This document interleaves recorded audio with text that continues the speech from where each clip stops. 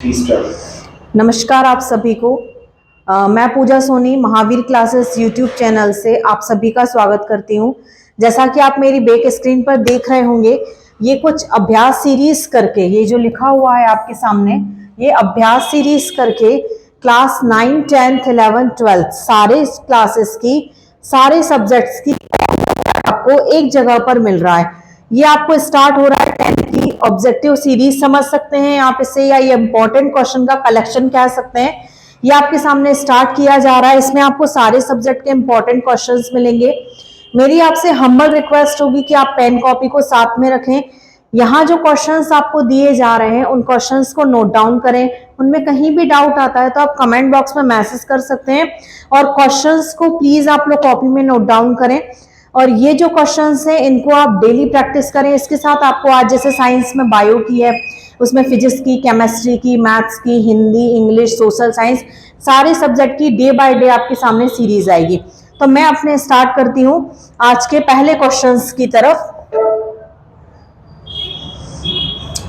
उसके पहले आप थोड़ा सा ये कोटेशन देख सकते हैं कि ये कोटेशन आपको क्या कह रहा है। इसमें ये कह रहा है कि कुछ लोग नींद में सफलता का सपना देखते हैं। जब हम सोते हैं तो हमें पता होता है कि हमें सपने देखना है, तो कुछ लोग सफलता का सपना नींद में देखते हैं। वही कुछ लोग सपनों को पूरा करने के लिए कार्य करते हैं। मतलब जिनको जरूरत है कि हमें 10th में मेरिट में आना है, वो सोएंगे नहीं, वो दिन रात मेहनत करेंगे। और कुछ ऐसे हैं जो केवल सोचेंगे कि हम सोचने से ही पास हो जाएंगे, तो ये पॉसिबल नहीं है। इसी कोटेशन के साथ में आज हम स्टार्ट करते हैं अपनी पहली टेस्ट सीरीज का पहला question. The kidney is the human being are a part of systems. अब आपको आपका पहला चैप्टर पता होगा। पहला चैप्टर का नाम दिया हुआ है लाइफ प्रोसेस। लाइफ प्रोसेस, इसमें आपने जो पढ़ी होंगी वो आपने कौन कौन से पढ़े होंगे लाइफ प्रोसेस में? आपने देखा होगा सबसे पहले एक्सक्रीशन है, उसके बाद में डाइजेशन है, एक्सक्रीशन है, रेस्पिरेशन है, और उसके बाद में सर्कुलेशन है। ये आपने देखे होंगे टॉपिक्स। जो जस्ट 1 मिनट,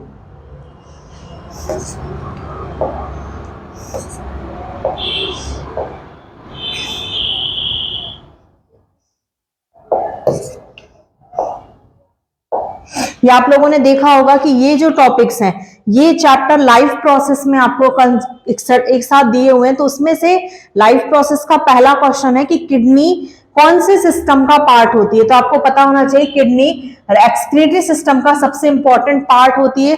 तो लाइफ प्रोसेस की पहली प्रोसेस एक्सक्रीशन। एक्सक्रीशन का मतलब होता है बॉडी में जो भी हम खाना खा रहे हैं, जो भी हम गैसेस ले रहे हैं, उन सबको एक यूज के बाद में डिस्चार्ज या डिस्पोज कर दिया जाता है, एक्सक्रीट आउट कर दिया जाता है। तो वो सिस्टम कौन सा होता है? एक्सक्रीटरी सिस्टम, जिससे बॉडी में मटेरियल को एक्सक्रीट आउट किया जाता है। तो उसका मेन ऑर्गन जो होता है वो किडनी होता है, जो सिस्टम को का मेन ऑर्गन कहलाता है या कंट्रोल करके रखता है। नेक्स्ट क्वेश्चन,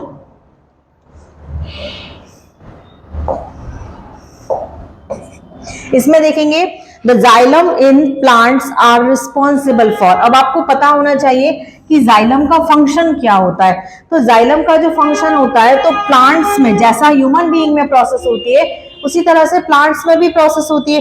तो जैसे हमारे बॉडी में फूड मटेरियल के लिए, पानी के लिए, वाटर मॉलिक्यूल्स के लिए, मिनरल्स के लिए एक जगह से दूसरी जगह को ट्रांसपोर्ट करने के लिए क्या होता है, हमारे में ब्लड पाया जाता है ह्यूमन बॉडी में। उसी तरह से प्लांट में जाइलम का काम क्या होता है? हमें पता है ब्लड का काम है सब चीजों को ट्रांसपोर्ट करना। तो फिर जाइलम का काम क्या है? ट्रांसपोर्ट ऑफ वाटर है, कि ट्रांसपोर्ट ऑफ फूड है, कि ट्रांसपोर्ट ऑफ अमाइनो एसिड्स है, और ट्रांसपोर्ट ऑफ ऑक्सीजन है। तो आपको आंसर दिख रहा होगा, transport of water is the correct answer. इसी तरह से आप फ्लोएम का कॉन्सेप्ट याद रख सकते हैं। फ्लोएम जो होता है वो केवल और केवल फूड पार्टिकल्स, इसको याद रखने की ट्रिक याद रख सकते हैं। एफ से फूड, पी से फ्लोएम। पढ़ने के लिए तो हम इसे फ्लोएम ऐसे पढ़ते हैं ना, एफ आ रहा है, एफ से फ्लोएम, एफ से फूड। तो जाइलम ट्रांसपोर्ट कर रहा है केवल और केवल वाटर मॉलिक्यूल्स को, एंड फ्लोएम ट्रांसफर जो करेगा वो केवल और केवल फूड पार्टिकल्स को। नेक्स्ट क्वेश्चन, मैं आंसर नहीं दिखा रही हूं आपको, आप थोड़ा सा ध्यान लगाएं कि आंसर करेक्ट कौन सा होगा, फिर हम आंसर की तरफ देखेंगे। The autotrophic mode of nutrition require. अब आपको पता होना चाहिए ऑटोट्रॉपिक मोड का मतलब क्या होता है। ऑटोट्रॉपिक मोड जो होता है वो वर्ड यूज किया जाता है केवल और केवल प्लांट्स के लिए। क्यों किया जाता है? ऑटोट्रॉपिक का मतलब होता है जो अपना फूड खुद बनाए। अब उसके लिए आपको ये याद नहीं रखना है कि हमारा खाना तो मम्मी बनाती है तो ऑटोट्रॉपिक मोड केवल और केवल मम्मी हो गए, नहीं। हम मम्मी को भी खाना कहाँ से मिल रहा है? एग्रीकल्चर के थ्रू मिल रहा है, फार्मर्स के थ्रू मिल रहा है। तो ऑटोट्रॉपिक मोड ऑफ न्यूट्रिशन कौन है? इसमें जरूरत किस किस की होगी? ऑटोट्रॉपिक मतलब प्लांट्स को अपना भोजन बनाने के लिए किन किन की जरूरत होगी? इसमें दिया हुआ है जैसे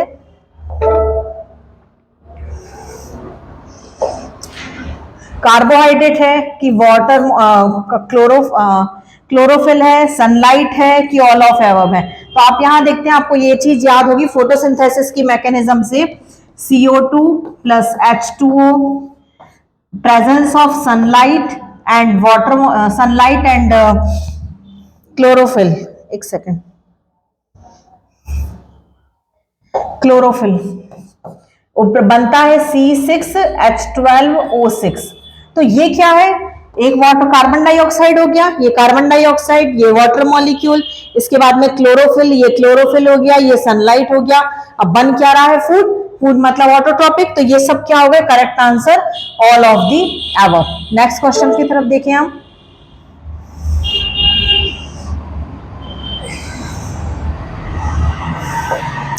देखो नेक्स्ट क्वेश्चन में यदि हम बात करें तो the breakdown of pyruvate to given carbon dioxide, water and energy takes place in. अब आपको ये पता होना चाहिए, इसमें बहुत सारे शब्द आ गए नए नए जो आपको पता होना चाहिए। सबसे पहला टर्म आया है पायरुवेट, उसके बाद में आया है ये बन कहां पे रहा, ये प्रोसेस हो कहां पे रही है। तो सबसे पहले पायरुवेट होता क्या है? माइटोकॉन्ड्रिया में, जैसे ह्यूमन बीइंग में रेस्पिरेशन में सांस ले रही हूँ, ऑक्सीजन जा रही है, कार्बन डाइऑक्साइड आ रही है, सॉरी ऑक्सीजन जा रही है अंदर और कार्बन डाइऑक्साइड बाहर निकल रही है। उसी तरह से प्लांट्स में भी क्या होता है? रेस्पिरेशन की प्रोसेस होती है। तो प्लांट में जो रेस्पिरेशन की प्रोसेस होती है, इस रेस्पिरेशन की प्रोसेस से प्लांट में C6H12O6 that is glucose molecule, इस ग्लूकोज मॉलिक्यूल को कन्वर्ट किया जाता है पायरुविक एसिड में, पायरुविक एसिड में, जिसे हम पायरुवेट के नाम से भी जानते हैं। तो ग्लूकोज का पायरुविक एसिड में कन्वर्जन कहां पर होता है ये पूछा गया है आपसे। तो ये पूरी की पूरी प्रोसेस को जाना जाता है ग्लाइकोलिसिस के नाम से, ग्लाइकोलिसिस, ग्लाइकोलिसिस के नाम से। तो ये ग्लाइकोलिसिस की प्रोसेस होती कहां पे, ये हमारा क्वेश्चन पूछ रहा है। तो this is the correct answer is mitochondria. तो this process is occur in mitochondria.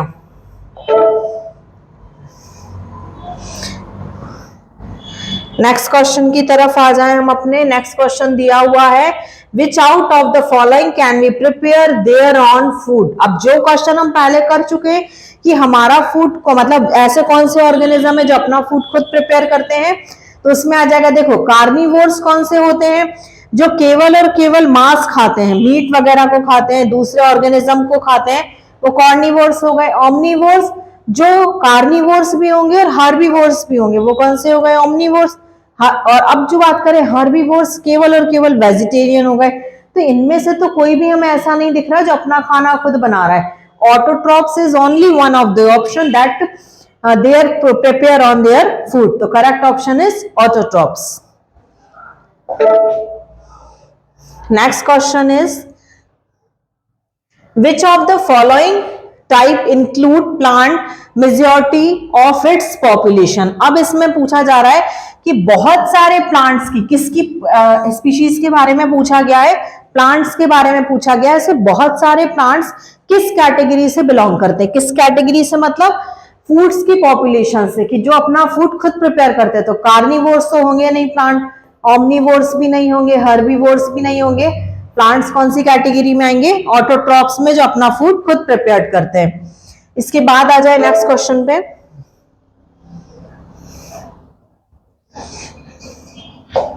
Which of the given organism can feed on plants and animal as well as, मतलब ऐसे कौन से ऑर्गेनिज्म है जो प्लांट्स को फीड करते हैं, मतलब जैसे हम बात करें प्लांट्स हो गए, फिर उसके बाद में हर्बीवोर्स हो गए, फिर इसके बाद में कार्निवोर्स हो गए, फिर इसके बाद में आ गए ओमनीवोर्स। तो ऐसे कौन से ऑर्गेनिज्म हैं जो प्लांट्स को अपना फूड के तौर पर इंगल्फ करते हैं, तो वो कौन से हो गए, हर्बीवोर्स। तो herbivores is the correct answer. Next question,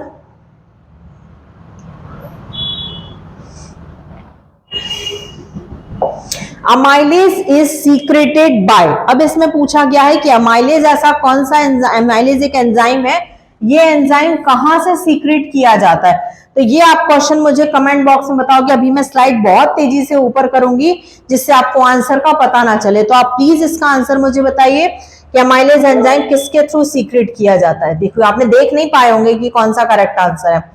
अब इसके बाद में बात करें, ये क्वेश्चन आप मोस्ट इंपॉर्टेंट लगा लें या आपके लिए 11th में 12th में किसी कॉम्पिटेटिव एग्जाम में, यदि आप आगे नीट के लिए तैयारी कर रहे हैं तो नीट के लिए ये मोस्ट मोस्ट मोस्ट इंपॉर्टेंट, इसमें मैं डबल हैशटैग मार्क बना दूंगी। ये बहुत इंपॉर्टेंट क्वेश्चन है। क्यों है ये, अब आप देखिए क्या बोल रहा है क्वेश्चन। क्लोरोफिल, जो हमने फोटोसिंथेसिस में क्लोरोफिल देखी थी, तो वो क्लोरोफिल किस मेटल के थ्रू बाइंड अप होती है, तो विच of the following metal is associated with the chlorophyll. तो इसमें ऑप्शन एल्यूमिनियम, आयरन, इसमें ऑप्शन नहीं दिया हुआ है, चारों ऑप्शन ही गलत है क्योंकि इसका करेक्ट आंसर है मैग्नीशियम। मैग्नीशियम, जिसे शॉर्ट में इसका सिंबॉलिक फॉर्म होता है मैग्नीशियम। तो इसको बहुत अच्छे से याद कर लें और इसे लिख लें कि मैग्नीशियम एक ऐसी मेटल होती है जो क्लोरोफिल को बाइंड अप करने में हेल्प करती है। इसके बाद आ जाए नेक्स्ट क्वेश्चन पे, which of the following metal are helpful for cellular level transport. Cellular level transport मतलब सेल्स में, ऑर्गेनिजम्स में जो सेल्स होती है उनको ट्रांसपोर्टेशन में कौन सी मेटल हेल्प करती है, तो इसका करेक्ट आंसर हो जाएगा एल्यूमिनियम एंड जिंक, क्योंकि सोडियम पोटेशियम नहीं करती है, कैल्शियम ये टीथ वगैरह में पाई जाती है, आयरन नहीं होती क्योंकि आयरन ब्लड का कंपोनेंट होती है। Aluminium and zinc is the correct answer. अगर आप और ज्यादा स्पेसिफाई करेंगे तो करेक्ट आंसर जो होता है वो जिंक केवल आता है, पर चूंकि इसके साथ में एल्यूमिनियम भी दिया हुआ है तो हम इसे करेक्ट आंसर मानेंगे। इसके बाद नेक्स्ट क्वेश्चन है,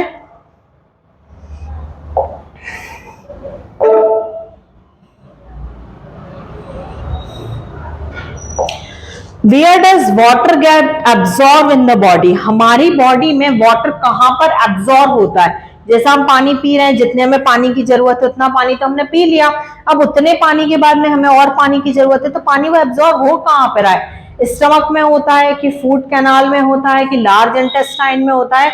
हमारा करेक्ट ऑप्शन क्या हो जाएगा, स्मॉल इंटेस्टाइन। स्मॉल इंटेस्टाइन में जाकर के वाटर मॉलिक्यूल्स एब्जॉर्ब होते हैं। अब इसके बाद आ जाए नेक्स्ट पे,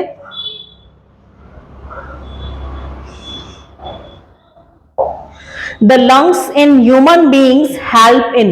अब जो आपको पता होगा, मैंने सबसे स्टार्टिंग में बताया आपको कि लाइफ प्रोसेस में हमें digestion, respiration, excretion and circulation, तो इसमें पूछा है रेस्पिरेशन में लंग्स किस में हेल्प करते हैं। तो लंग्स हमारी, आपको पता होना चाहिए लाइफ की इन चारों प्रोसेस में किसका मेन ऑर्गन है, तो सबसे मेन ऑर्गन होता है वो रेस्पिरेशन का, तो करेक्ट आंसर इज रेस्पिरेशन। अब इसके बाद में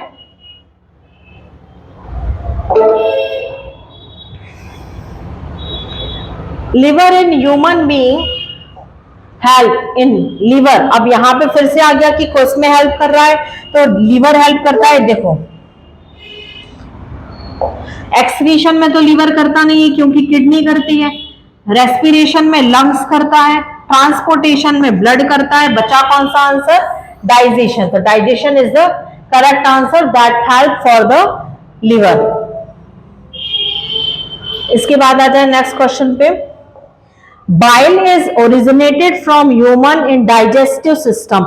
अब ये आप पूछा गया है कि बाइल कहां पर बनता है ह्यूमन बॉडी में, तो बाइल देखो पैंक्रियाज में बनेगा नहीं क्योंकि पैंक्रियाज से हार्मोन रिलीज होता है, किडनी से बनता नहीं है, स्टमक में खाना तो डाइजेस्ट होता है, तो बचा कौन सा ऑप्शन, लीवर। तो ये सारी प्रोसेस आपको तब क्लियर होगी जब आपको डाइजेस्टिव सिस्टम बहुत अधिक अच्छे तरीके से क्लियर होगा।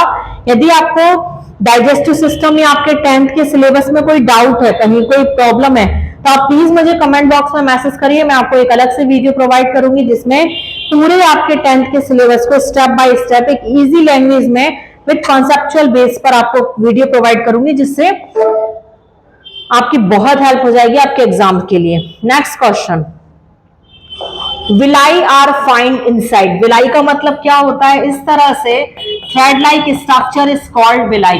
अब ये विलाई कहां पर प्रेजेंट होते हैं जो हेल्प करते हैं? तो ये जो ब्रेन में तो होंगे नहीं, क्योंकि ब्रेन में इस तरह से सॉकेट लाइक छोटे छोटे से स्ट्रक्चर्स होते हैं। स्टमक में होगा नहीं, क्योंकि स्टमक की सेल फिंगर लाइक प्रोजेक्शन होती है। और ईसोफेगस एक ट्यूब लाइक स्ट्रक्चर होता है, तो ईसोफेगस में भी नहीं होगा। बचा कौन सा ऑप्शन है? Small intestine. स्मॉल इंटेस्टाइन में विलाई प्रेजेंट होते हैं। नेक्स्ट क्वेश्चन,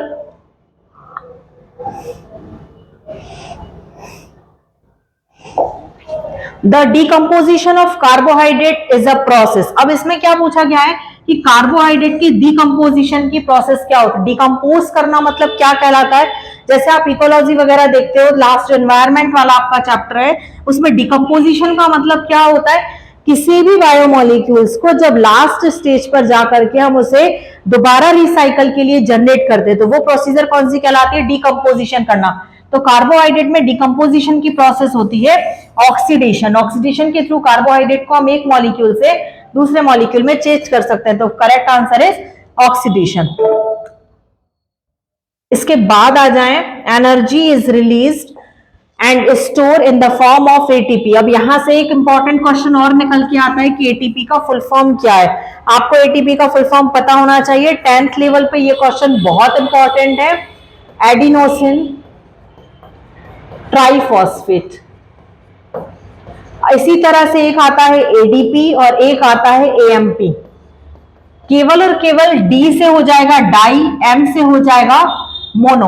और इस तरह से एटीपी, एडीपी और एएमपी तीनों सब्सटेंस के आपको फुल नेम पता होने चाहिए। अब अपने क्वेश्चन पे आए तो energy is released and store in the form of energy during. किस प्रोसेस में एनर्जी को स्टोर किया जाता है? तो वो प्रोसेस कौन सी हो जाएगी? ट्रांसपोर्टेशन में तो एनर्जी वेस्ट हो जाएगी, क्योंकि एक जगह से दूसरी जगह ट्रांसपोर्ट होगा। एक्सक्रीशन में भी नहीं होगी, क्योंकि एक्सीट आउट किया जाएगा। न्यूट्रिशन, तो जनरली न्यूट्रिशन क्या होता है? जो हम लेते हैं, उसमें एनर्जी का कोई रोल ही नहीं। तो केवल प्रोसेस कौन सी कहलाई? रेस्पिरेशन, जिसमें हम सांस ले रहे हैं, उस प्रोसेस में एटीपी को स्टोर किया जाता है।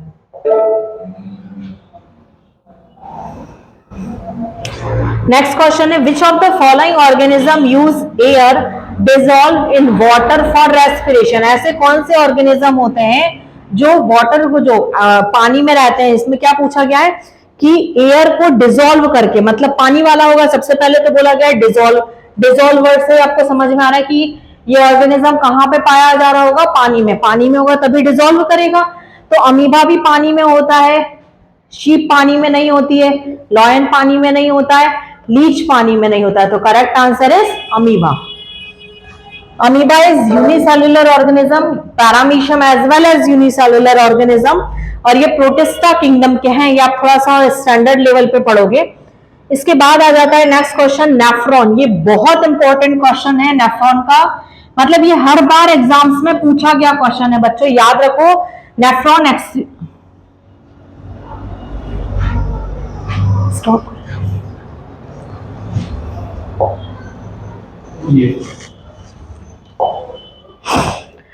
Nephron are unit of kidney. अब इसमें क्वेश्चन देखो क्या बन सकते हैं इस वाले से, लाइफ प्रोसेस का है।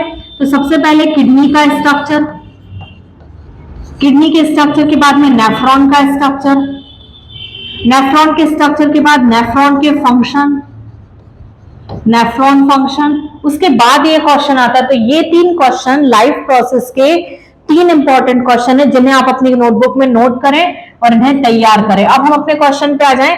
Nephron are unit of kidney.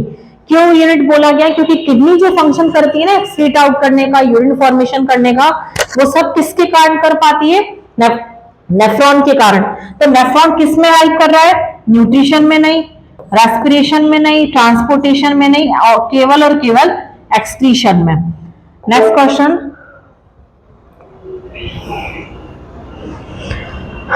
The phloem in plants are responsible for. अब ये क्वेश्चन आप मुझे कमेंट बॉक्स में बताओगे, क्योंकि मैंने स्टार्टिंग में जब जाइलम बताया था तभी फ्लोएम का फंक्शन आपको बताया था कि एफ से फ्लोएम और एफ से एक और कुछ।